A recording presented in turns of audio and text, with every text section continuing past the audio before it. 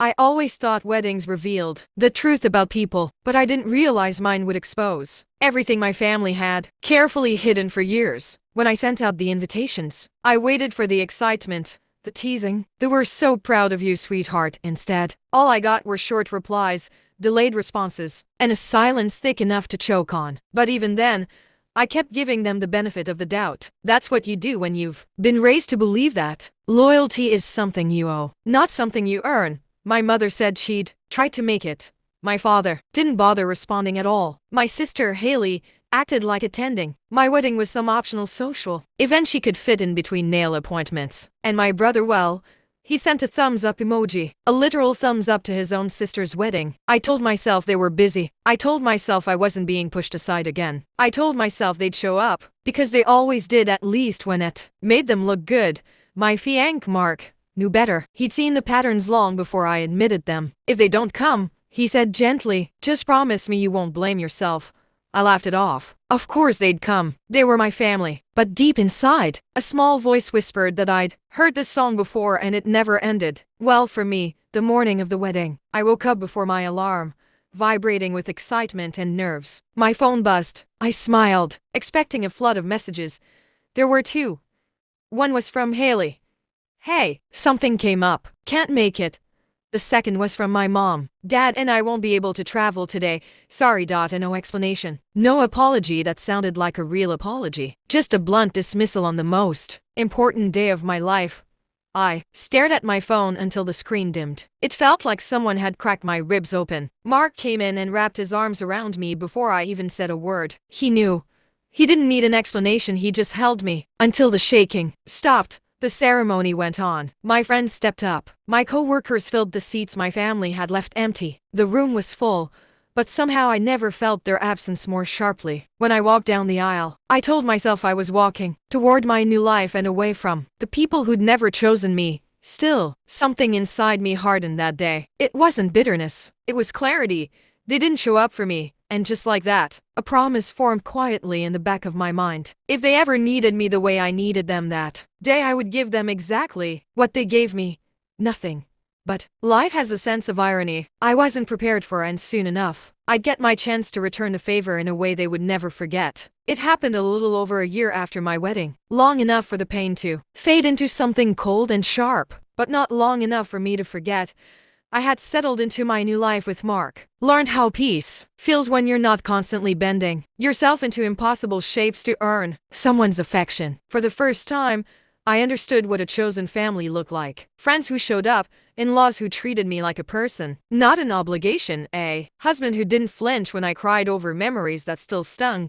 Then, one afternoon, my phone buzzed with a name I hadn't seen in months. Mom. At first, I thought it was a mistake. When I answered, her voice trembled not with sadness, but with desperation. "Sweetheart, your father had a fall. The doctors say he might need surgery. We're overwhelmed. We need you to come home." For a moment, I froze. The old instinct kicked in, the reflex to drop everything, rush home, carry the emotional load like I always had. I almost said, yes. That's how deeply their patterns were carved into me. But then I remembered standing in my wedding dress, reading their messages, realizing they didn't care enough to show up for me on a day people never forget. So instead, I took a slow breath and asked calmly, "Where's Haley? Where's Ethan?" Mom hesitated. "They're busy."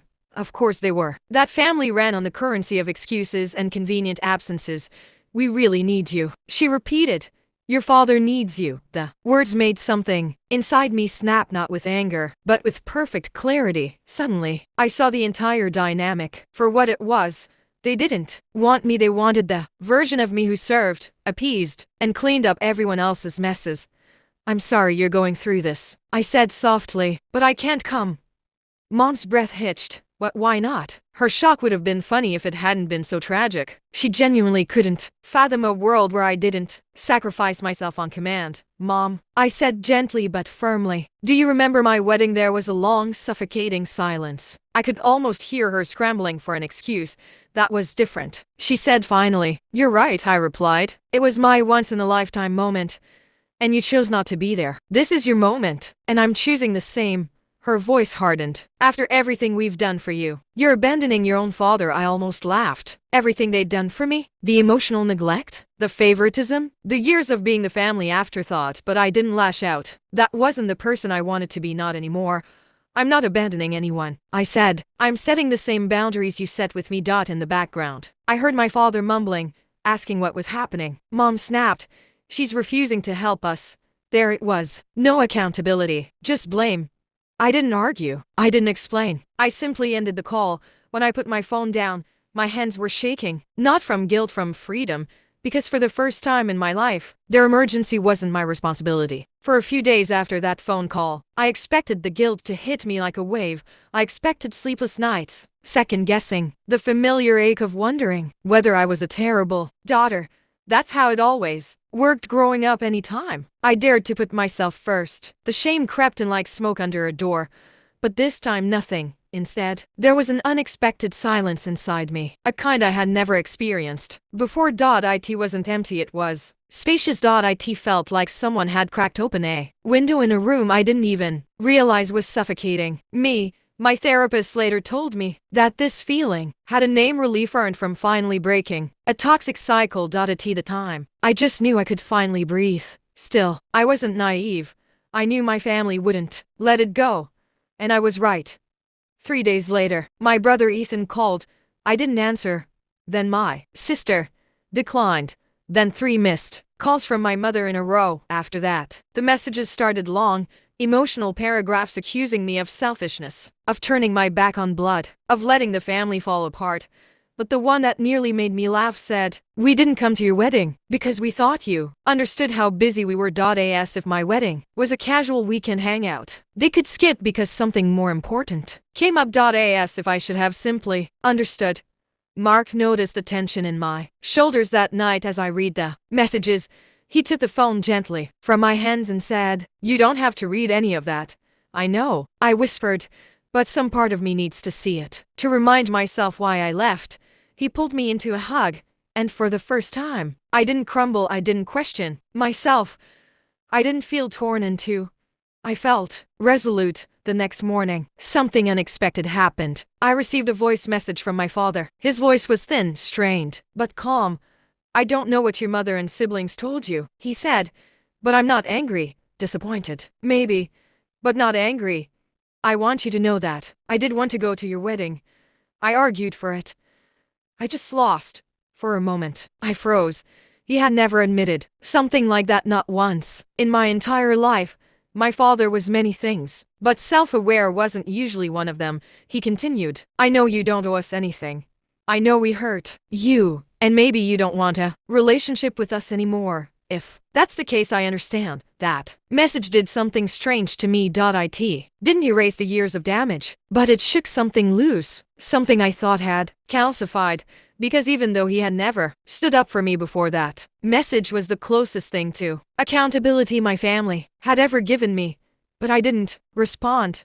Not out of anger, but because I needed time, not just to think, but to feel, time to process what it meant. When the person who once felt like a giant finally murmured an apology to small, too late. And then just when I thought things might quiet down, the incident happened. The one that changed everything. It happened on a Sunday morning. One of those slow, gentle ones where nothing feels urgent. Mark and I were sitting on the couch, sharing pancakes and watching a show we'd started months ago but never finished. For once, life felt completely normal. Then my phone buzzed. Not a call. Not a text. A tag. My sister, Haley, had posted something on Facebook, something I knew instantly was about me, even before I opened it. She always chose the most public way to throw shade, hoping people would rush to comfort her and shame whoever she was targeting. This time, I was the villain of her story. The post said, "Some people only care about family when it benefits them. But when their own father is in the hospital, suddenly they're too busy living their perfect new life. Blood is supposed to matter." Guess some people forgot that when they said "I do," and attached to the post was a picture of my father in a hospital bed.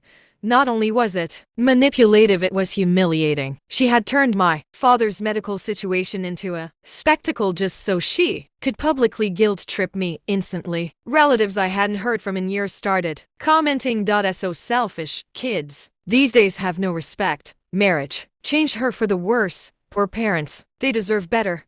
I felt my chest tighten, but not with sadness. Not even with anger. What filled me was something startlingly clear. Resolve. Mark saw my expression shift. What happened? I handed him my phone. As he read, his jaw tightened. This is disgusting. It's who they are, I whispered. This is exactly who they are. And then my phone buzzed again, this time with a direct message from Haley. Take responsibility. Come home. End this drama. I stared at that message longer than I should have. Not because I felt guilty, but because something inside me finally snapped into alignment. I spent years shrinking myself, apologizing, explaining, trying to be the bigger person. And where did it get me? Ignored on my wedding day and dragged publicly when I finally set a boundary. But instead of responding in rage, I did something my old self never would have done. I opened a blank post and wrote, I'm glad everyone is concerned for my father's health. I am too. But since we're sharing publicly, let me share the full picture. My family chose not to attend my wedding, not because they were busy, but because other things mattered more. I didn't make a scene about it. I didn't post about it. I moved on. Now, I'm being shamed for not rushing home during an emergency created by people who refused to show up for me during a once-in-a-lifetime moment. Family is important, but respect is too. I didn't insult anyone. I didn't accuse. I didn't point fingers. I simply told the truth. And then I hit post. Within minutes, my notifications blew up. People who had commented on Haley's post were now commenting on mine, angry at her, defending me, demanding explanations. Some messaged me privately, apologizing. A few said they remembered my wedding day and wondered why my family hadn't been there. Haley deleted her post. My brother posted a vague story about private matters being taken out of context. My mother texted me, what have you done? Call me now.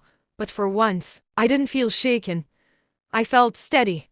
For the first time, the truth wasn't trapped in our house, twisted by the loudest voices. It was out in the open, and it wasn't me who looked bad. It was them. I didn't call my mother. I didn't text her. I didn't respond to the frantic messages that came in one after another, some angry, some pleading, some trying to twist the narrative back into their favor. Instead, I closed the messaging app, put my phone face down on the table, and took a long breath. The kind of breath that feels like it's pulling years of buried exhaustion out of your body. Mark sat beside me quietly, watching the emotion move across my face. You okay? He finally asked. I nodded. For the first time, I think I am.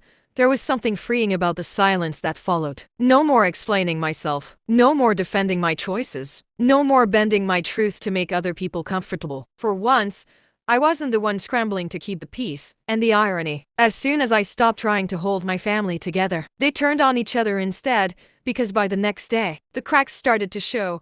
My aunt messaged me privately. Your mother told us she was at your wedding. She said she left early before pictures. My cousin wrote, your sister was bragging about a concert that same day. So they lied to us. Someone else sent me a screenshot from a group chat where my mother and siblings started arguing because no one could get their story straight anymore. It was messy. It was loud. It was everything they accused me of causing. Except I hadn't done anything except tell the truth. Later that evening, my father called again. This time I answered, not because I felt obligated, but because I wanted to. His voice was soft, tired. They're in chaos, he said. Your mother is furious. Your sister is embarrassed. And I don't blame them. We did you wrong. He paused. And for a moment, all I heard was the faint hum of hospital monitors in the background. I saw the post. He continued. And you didn't attack anyone. You didn't even name names. You just told the truth. And you were right. I closed my eyes, letting his words settle. They didn't heal everything. They didn't magically erase decades of feeling like the family afterthought. But hearing him finally acknowledge the reality I lived, it mattered more than I expected. I don't hate you, I said softly. I know, he replied, and I don't expect anything from you right now. Take whatever space you need. If you want to come see me when I'm out of the hospital, I'd like that. But if you don't, I'll understand. It was the first time in my life he gave me permission to choose myself. After we hung up, I sat there in the dim light of the living room, feeling something unfamiliar bloom in my chest. Not anger, not bitterness, not even satisfaction. It was peace, because in my own quiet way, I had returned the favor. They skipped the most important day of my life, so I stopped showing up for them in ways they never appreciated. And in doing so, I finally broke a cycle that was never mine to carry. But here's the part they'll never forget. I didn't hurt them, I didn't expose them. I didn't retaliate with cruelty. I simply matched their energy and let the truth do the rest. And sometimes, the most powerful revenge isn't dramatic. It's choosing to build a life so full, so honest, so peaceful that the people who once took you for granted can no longer reach you, no matter how loud they scream your name.